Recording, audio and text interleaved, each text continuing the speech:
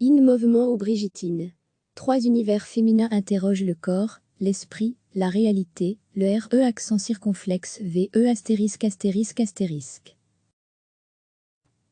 Depuis toujours, Patrick Bonté organise ses programmations à partir de son univers intérieur réfracté sur les spectacles de théâtre bar/danse qu'il donne à voir. La première soirée composée, sur les 3 semaines du festival In-Mouvement, propose 3 réflexions féminines très concrètes sur le corps, sa représentation, ses pouvoirs narratifs et réflexifs. En ouverture, Ondine Kleu s'amuse à interroger un corps dont l'esprit serait vacant. En conclusion, Luna Sonneur expose son corps, pris entre désir, esprit et cœur. Au centre, Karine Ponty s'inspire, comme souvent, d'un film d'animation pour projeter ses rêves dans la réalité. Ce n'est pas la première fois que Karine Ponty s'inspire d'un film d'animation pour donner à ses chorégraphies une assise et un répondant visuel. Dans All Alone, meilleure création danse 2007 des prix de la critique, elle s'appuyait sur une animation de Thierry Van Asselt, artiste visuel et bédéiste, pour renouveler nos perceptions, questionner la réalité et l'imaginaire, et plonger des corps bien vivants dans ces graphiques songeurs. D'Animus Vertebra, 3 danseurs clowns et acrobates jouaient comme des enfants, avec en toile de fond, un petit film fantastique de Stefano Ricci nous plongeant dans un monde étrange. Les 2 œuvres graphiques étaient des commandes, présentes dans la chorégraphie. Dans Lichen, l'œuvre graphique revendiquée est absente, une simple mais forte source d'inspiration. Le conte des contes de Yuri Norstein, un court-métrage multiprimé à sa création en 1979, a marqué l'imaginaire de Karine Ponty qui s'en revendique. On peut voir ce film sur YouTube et comparer avec Lichen.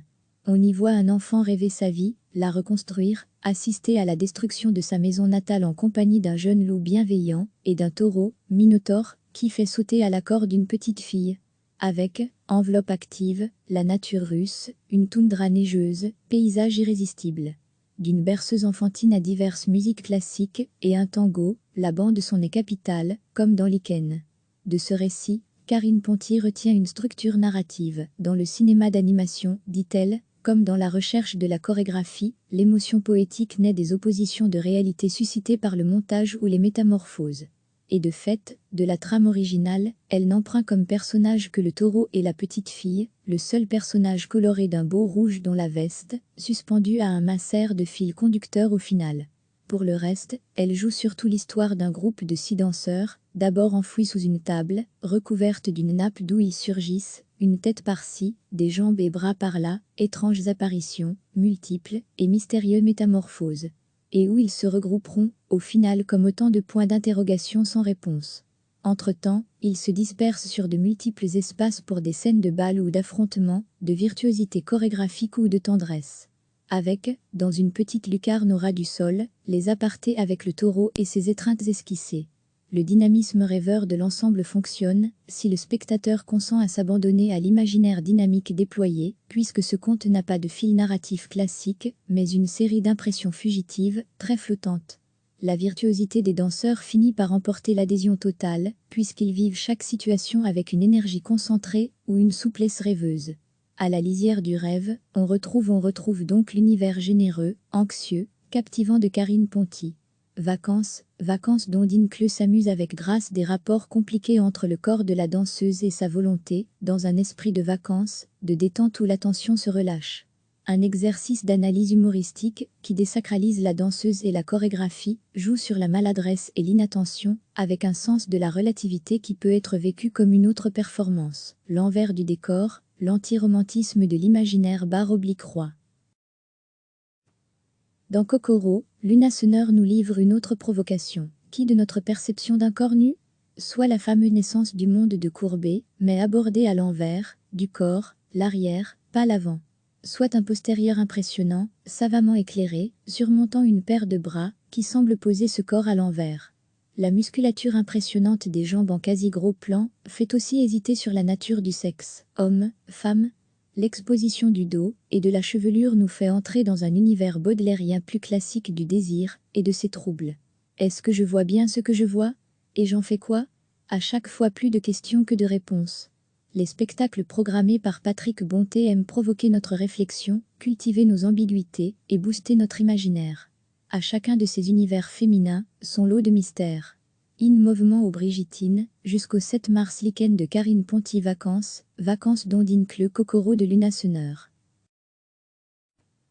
Depuis toujours, Patrick Bonté organise ses programmations à partir de son univers intérieur réfracté sur les spectacles de théâtre bar/danse qu'il donne à voir. La première soirée composée, sur les 3 semaines du festival In Mouvement, propose 3 réflexions féminines très concrètes sur le corps, sa représentation, ses pouvoirs narratifs et réflexifs.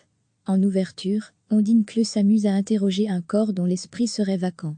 En conclusion, Luna Sonneur expose son corps, pris entre désir, esprit et cœur. Au centre, Karine Ponty s'inspire, comme souvent, d'un film d'animation pour projeter ses rêves dans la réalité. Ce n'est pas la première fois que Karine Ponty s'inspire d'un film d'animation pour donner à ses chorégraphies une assise et un répondant visuel. Dans All Alone, meilleure création danse 2007 des prix de la critique, elle s'appuyait sur une animation de Thierry Van Asselt, artiste visuel et bédéiste, pour renouveler nos perceptions, questionner la réalité et l'imaginaire, et plonger des corps bien vivants dans ces graphiques songeurs. D'Animus Vertebra, 3 danseurs clowns et acrobates jouaient comme des enfants, avec en toile de fond, un petit film fantastique de Stefano Ricci nous plongeant dans un monde étrange. Les 2 œuvres graphiques étaient des commandes, présentes dans la chorégraphie. Dans Lichen, l'œuvre graphique revendiquée est absente, une simple mais forte source d'inspiration. Le conte des contes de Yuri Norstein, un court-métrage multiprimé à sa création en 1979, a marqué l'imaginaire de Karine Ponty qui s'en revendique. On peut voir ce film sur YouTube et comparer avec Lichen. On y voit un enfant rêver sa vie, la reconstruire, assister à la destruction de sa maison natale en compagnie d'un jeune loup bienveillant et d'un taureau, Minotaure, qui fait sauter à la corde d'une petite fille. Avec, enveloppe active, la nature russe, une toundra neigeuse, paysage irrésistible. D'une berceuse enfantine à diverses musiques classiques et un tango, la bande son est capitale, comme dans Lichen. De ce récit, Karine Ponty retient une structure narrative. Dans le cinéma d'animation, dit-elle, comme dans la recherche de la chorégraphie, l'émotion poétique naît des oppositions de réalité suscitées par le montage ou les métamorphoses. Et de fait, de la trame originale, elle n'emprunte comme personnage que le taureau et la petite fille, le seul personnage coloré d'un beau rouge dont la veste, suspendue à un masser de fil conducteur au final. Pour le reste, elle joue surtout l'histoire d'un groupe de 6 danseurs, d'abord enfouis sous une table, recouverte d'une nappe d'où ils surgissent, une tête par-ci, des jambes et bras par-là, étranges apparitions, multiples et mystérieuses métamorphoses. Et où ils se regrouperont, au final comme autant de points d'interrogation sans réponse. Entre-temps, ils se dispersent sur de multiples espaces pour des scènes de bal ou d'affrontement, de virtuosité chorégraphique ou de tendresse.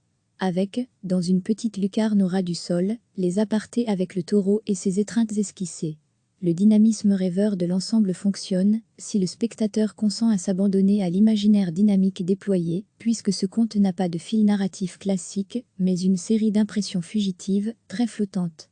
La virtuosité des danseurs finit par emporter l'adhésion totale, puisqu'ils vivent chaque situation avec une énergie concentrée ou une souplesse rêveuse. À la lisière du rêve, on retrouve donc l'univers généreux, anxieux, captivant de Karine Ponty. Vacances d'Ondine Cleux s'amuse avec grâce des rapports compliqués entre le corps de la danseuse et sa volonté, dans un esprit de vacances, de détente où l'attention se relâche.